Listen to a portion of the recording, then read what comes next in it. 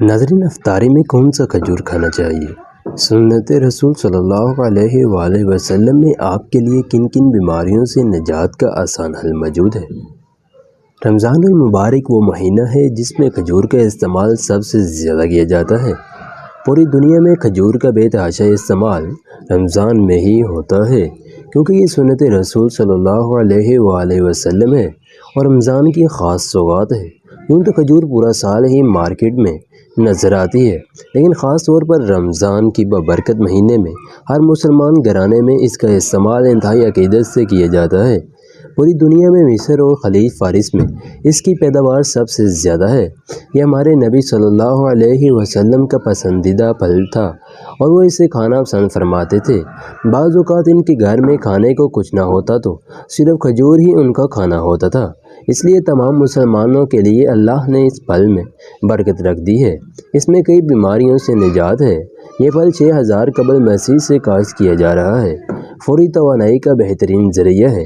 آئیے ایک نظر اس کے طبی فوائد پر بھی ڈالتے ہیں۔ ناظرین، کھجور میں فائبر، پوٹیشیم، کاپر، میگنیشیم اور وٹامن B6 جیسے اجزاء شامل ہوتے ہیں، جو کہ متعدد طبی فوائد کا باعث بنتے ہیں۔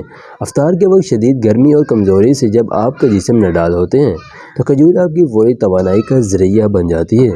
اگر کسی کے پیٹ میں کیڑے ہوں تو کھجور کا نہارمو استعمال مفید رہتا ہے۔ پکی ہوئی کھجور کا مستقل استعمال کثرت سے خون آنے کی بیماری میں بھی مفید ہے۔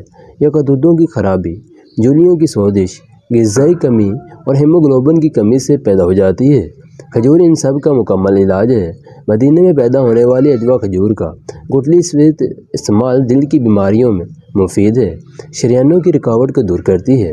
اس کھجور کی گٹلی تریاک کا کم کرتی ہے، دمے کی بیماری میں بھی فائدہ مند ہے۔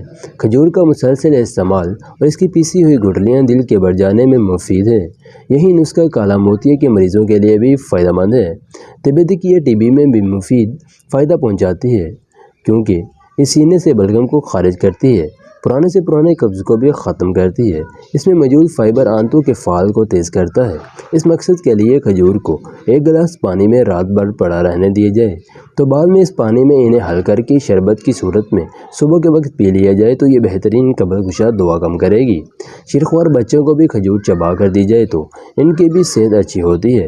جلی ہوئی کھجور زخموں سے خون بہنے کو روکتی ہے اور زخم جلدی بڑھتے ہیں۔ خشک کھجور کو جلا کر راکھ بنا کر بوقت ضرورت استعمال میں لایا جاتا ہے۔ کھجور کو خشک کر کے ہمراہ گٹلی رگڑ کر منجن بنایا جاتا ہے، جو دانتوں اور مسوڑوں کو مضبوط بناتا ہے۔ مغز، بادام 2 تولے اور کھجور 2 تولے کھانا باہ کو مضبوط کرتا ہے۔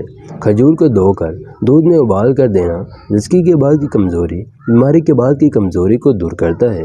کھجور کھانے سے عمر میں اضافے کے ساتھ ساتھ نظر کی کمزوری کو بڑی حد تک روکا جا سکتا ہے۔ خاص طور پر ہر رات کے وقت اندھے پن کی شکایت رفع کرنے میں کھجور کی افادیت مسلم ہے۔ اگر کھجور کو پورے سال کھانے کی عادت بنا لی جائے تو اس سے بہت ساری بیماریوں سے نجات مل سکتی ہے۔ صرف رمضان المبارک میں ہی نہیں بلکہ روزانہ 2 سے 3 کھجوریں صبح نہار میں کھانے کی عادت بنا لی جائے تو یہ کوئی جسمانی طور پر بے حساب فائدہ پہنچائے گی اور خون کی کمی وغیرہ کی شکایت بھی دور کر دے گی۔